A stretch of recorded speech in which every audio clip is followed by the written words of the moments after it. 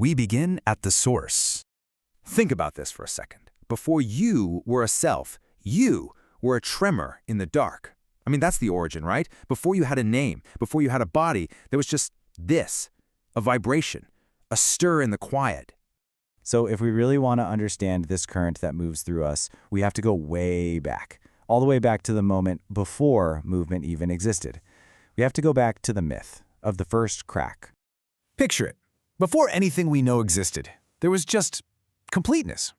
You had these two incredible forces. Aeon, think of that as time, and Arnake, which is all about inevitability. They were one, and then in a single instant, they were torn from each other. And that separation, that's what tore the very first crack into the fabric of existence. And the consequence of that tear was, well, it was profound. It created this pull, like a memory of what it was like to be whole, and that memory started to wander through existence. A pulse just searching for a place to land, looking for a home. And eventually, that pulse, it found its home. It landed. But not where you might think. Not in our thoughts, not in our feelings. No, it went deeper. It descended right into the architecture of who we are, into our very bones, our skeleton. And it's still there. It moves through you and me right now as this kind of internal pressure. Okay, so this primal current, this pressure inside us, it has a name. We call it surge. And it's interesting because it really shows up in two very different states of momentum. Now, surge isn't just some abstract idea. It's a real part of our energetic anatomy. You can think of it as one of 12 core ribs that kind of form a cage around the heart. And its whole job is to govern the pacing, the timing, the flow of our lives. It's basically our instinct, but turned into pure motion. And this is where we have a choice, really. You can see the two paths right here. On one side, you've got fracture. This is when you numb that instinct. You brace against that current because it feels too fast, too much. You pretend that standing still is safe, but all the while that pressure is just building up inside with nowhere to go. But then, there's cohesion. That's when you decide to move with the pulse instead of fighting it. Your instinct literally becomes your propulsion. You act at the speed your own truth is demanding, and you don't apologize for it. Okay, so we've been talking in these big, cosmic, mythical terms. Let's bring it down to earth. Let's get into a deeply human story now. A story about a final moment.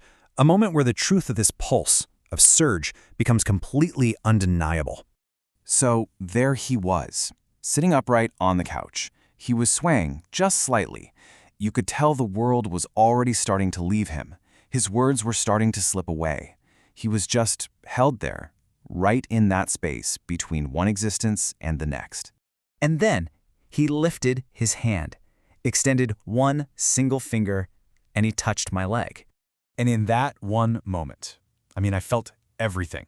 Every single piece of love he had ever held for me was in that touch. It was like this was his last possible attempt to say everything he hadn't been able to say out loud. A final, powerful surge. And then right there, right in front of me, he took his last breath. The pulse, it finished its beat. That moment, as absolutely final as it felt, it actually revealed something huge. A universal law, really. This two-sided rhythm that governs absolutely everything. It's the law of ebb and flow. When you witness an ending like that, it shows you something so clearly. That sharp, undeniable line between existing in this body and not. But here's the thing. That finality, it doesn't have to be a trap. In fact, it's a teacher. Because life itself, it moves just like that breath did. It's a constant pulse. It's an in and an out, an ebb and a flow. And yeah, sometimes it's a really slow, gentle rhythm, and other times it's a violent, crashing wave. And what this all reveals is a really core principle. The strength of the loss is also the strength of the gain. See, they're not opposites at all. They're just two ends of the very same rhythm. Think about it. The collapse is actually what pulls the next ignition into being. The ache you feel, that's what's making way for the next pulse. That empty feeling creates the space, the pull for a brand new beginning. You can't have one without the other. They are completely inseparable forces. And really, this is the ultimate truth of surge. It's that deep knowing, like down in your cells, that everything you lose and everything you love, it's all just moving through the very same current. So that pulse, it's always there. It's inside you right now. It's the in-breath and the out-breath, the gain and the loss, The rhythm is going to continue, that's a given.